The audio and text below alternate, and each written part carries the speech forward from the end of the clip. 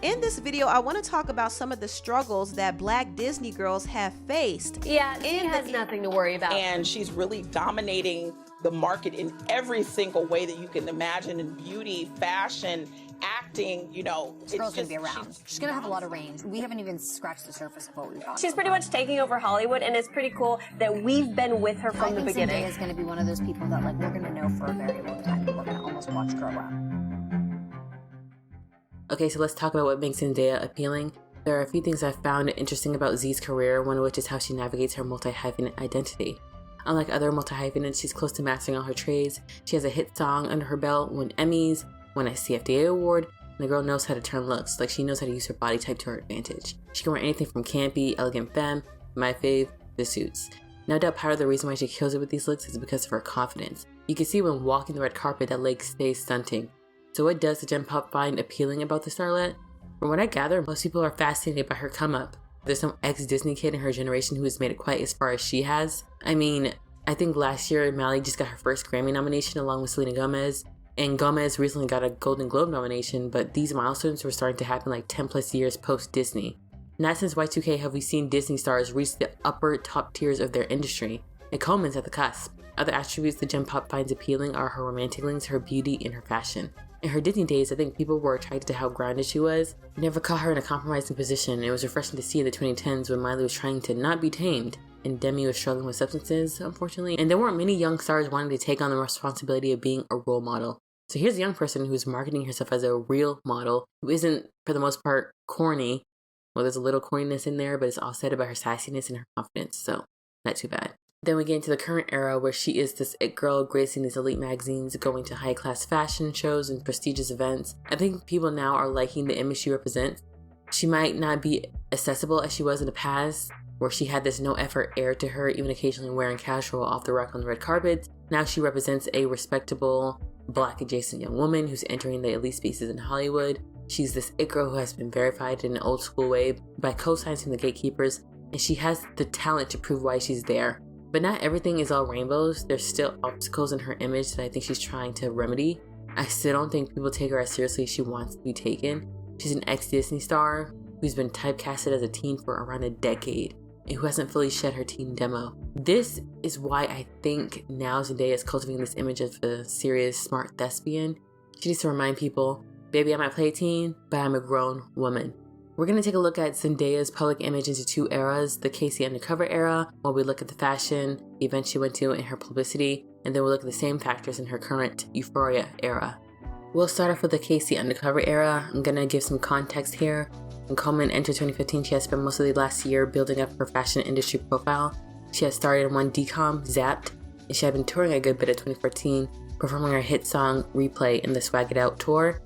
And sprinkled throughout that year, she was in talks with Disney on being on a new show. Now at this time, Disney Channel was going through a little bit of an identity crisis with streaming taking a hit to their viewership.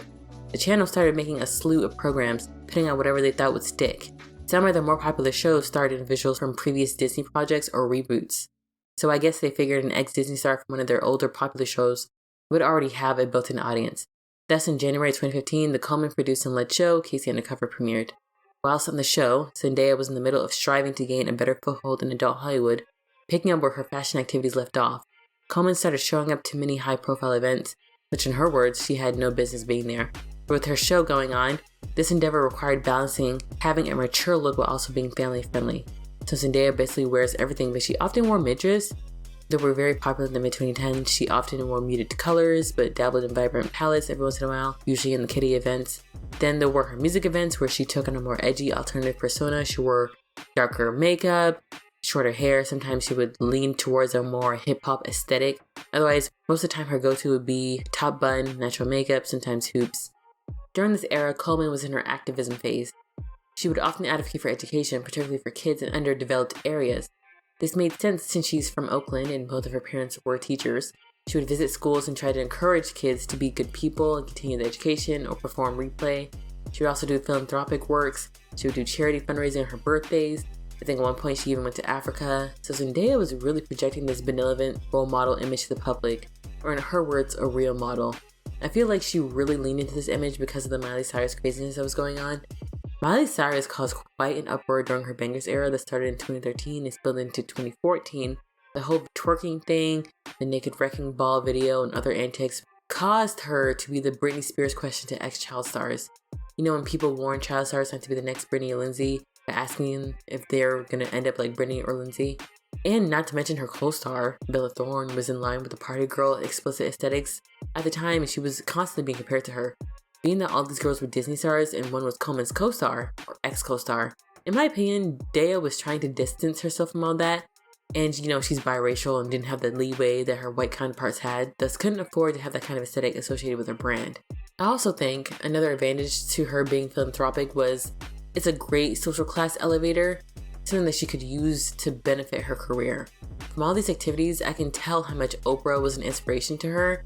Something else I found interesting about her philanthropy is that I feel like it was seen by white people as activism, but in my opinion, I'd say it was advocacy.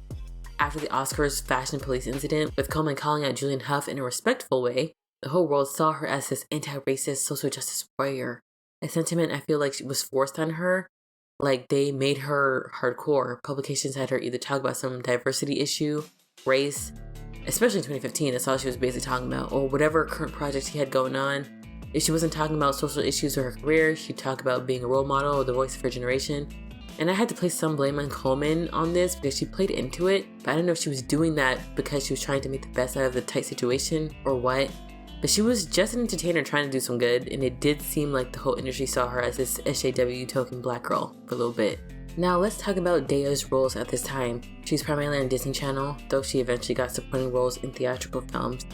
These were all family friendly. For the most part, she stayed playing a teen, and these roles weren't really impressionable. Not much to say about them. I saw it as a smart career business move, as her getting a foothold into movies. When she was doing supporting roles, it wouldn't take too much time away from Casey Undercover, and she had established future acting jobs post-Disney through the Spider-Man franchise. At the beginning of this era, the fashion police incident put Daya on the map, but the publicity from these movie projects heightened her profile to a new level. She was covering Cosmo, Teen Vogue, Mary Claire, Allure, Complex, had a Harper's Bazaar spread, and landed Vogue. Along with growing public interest in Disney marketing, she was hitting a lot of red carpet. Coleman was a mainstay at the TCAs, KCAs, RDMAs to help promote the Disney show. Then her personal appearances were Grammys, Oscars, the Met, obviously, the AMAs, PCAs, MTVs, BBMAs, BeautyCon, she was everywhere.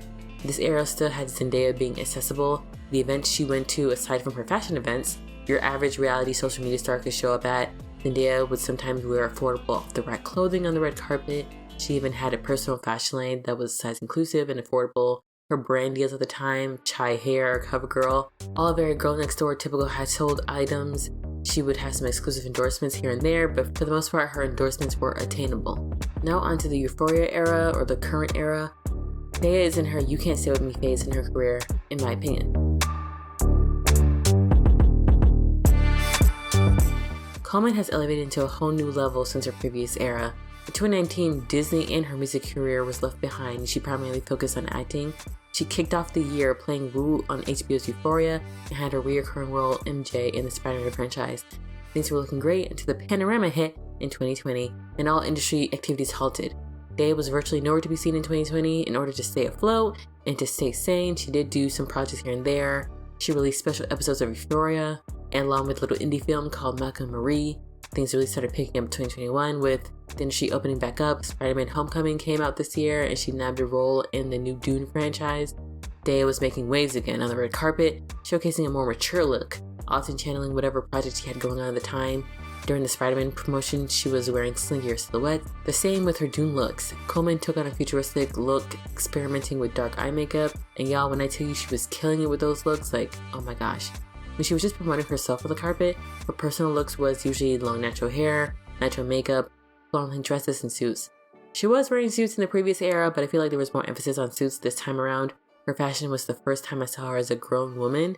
Even looking at her more recent interviews, it's more so with these mature outlets as opposed to MTV or BuzzFeed, stuff like she did before. And you notice in these interviews, she's talking to older people, not so much her contemporaries as much. She's discussing serious topics. Nothing like being a role model, more so talking about mental health, industry issues, social issues. Another element that could contribute to her push of matureness is her official relationship with her co-star, Tom Holland. Now, Zendaya has always had romantic rumors follow her since her Disney days, but she's never come up publicly to claim someone. Now, she's flirted with the speculations, but still. I feel like Tom Daya is a huge part of the public's interest in Coleman. The chemistry resonated so well with the public that people started shipping them before they got together. Just remember, this is all speculation. This could be a move for a more mature image, but Tom isn't the most mature person in the world, so maybe not. Maybe this is more of a boosting of the clout situation. I'm not saying this relationship isn't real. I'm just looking at the career business angles of publicly coming out with this relationship. Something else I need to touch on in this era is that Coleman's also moving differently. She isn't as present on social media anymore. She doesn't directly communicate with her fans. She doesn't call out people as much anymore. Whenever she posts, it's mainly about her industry projects. There is a definite transition of I'm a traditional celebrity now. I let my work speak for itself. She's established her career to be completely dependent on her work, and the way Z's credits are set up, she can't afford to be absent for a long period of time. That's why she had to put out those Euphoria special episodes in Malcolm and Marie, because the panorama almost took her out, in my opinion. Which means whatever she puts out has to be successful and needs to be consistent. In general, there is a clear barrier between her and her fans in this era that wasn't there before. Like right now, I can't imagine Coleman wearing casual anything on the red carpet anymore. Zendaya stays wearing designer items, vintage too, stuff you can only dream about getting, and let's talk about these red carpet events. Since 2019, her feet haven't touched a MTV, PCA, or TCA red carpet, only the prestigious events for her. I'm talking about film festivals and mega huge movie premieres. In the KC era, she was accessible, now she's aspirational. In conclusion, everything in this video is my opinion. If you have a different opinion on all the things I've said here, please comment down below. But I'm a fan of Zendaya. I hope she goes to new heights in her career. I just wanted to dive into how drastic her image had changed since her Disney days. And I really like having these conversations about how we view these celebrities and the allure they created. I feel like if we dissect why we love our faves, it'll help us have a healthier relationship towards them and help us learn about ourselves. If you vibe with this video, please comment, like, subscribe, all that good stuff. Thanks for watching. Goodbye.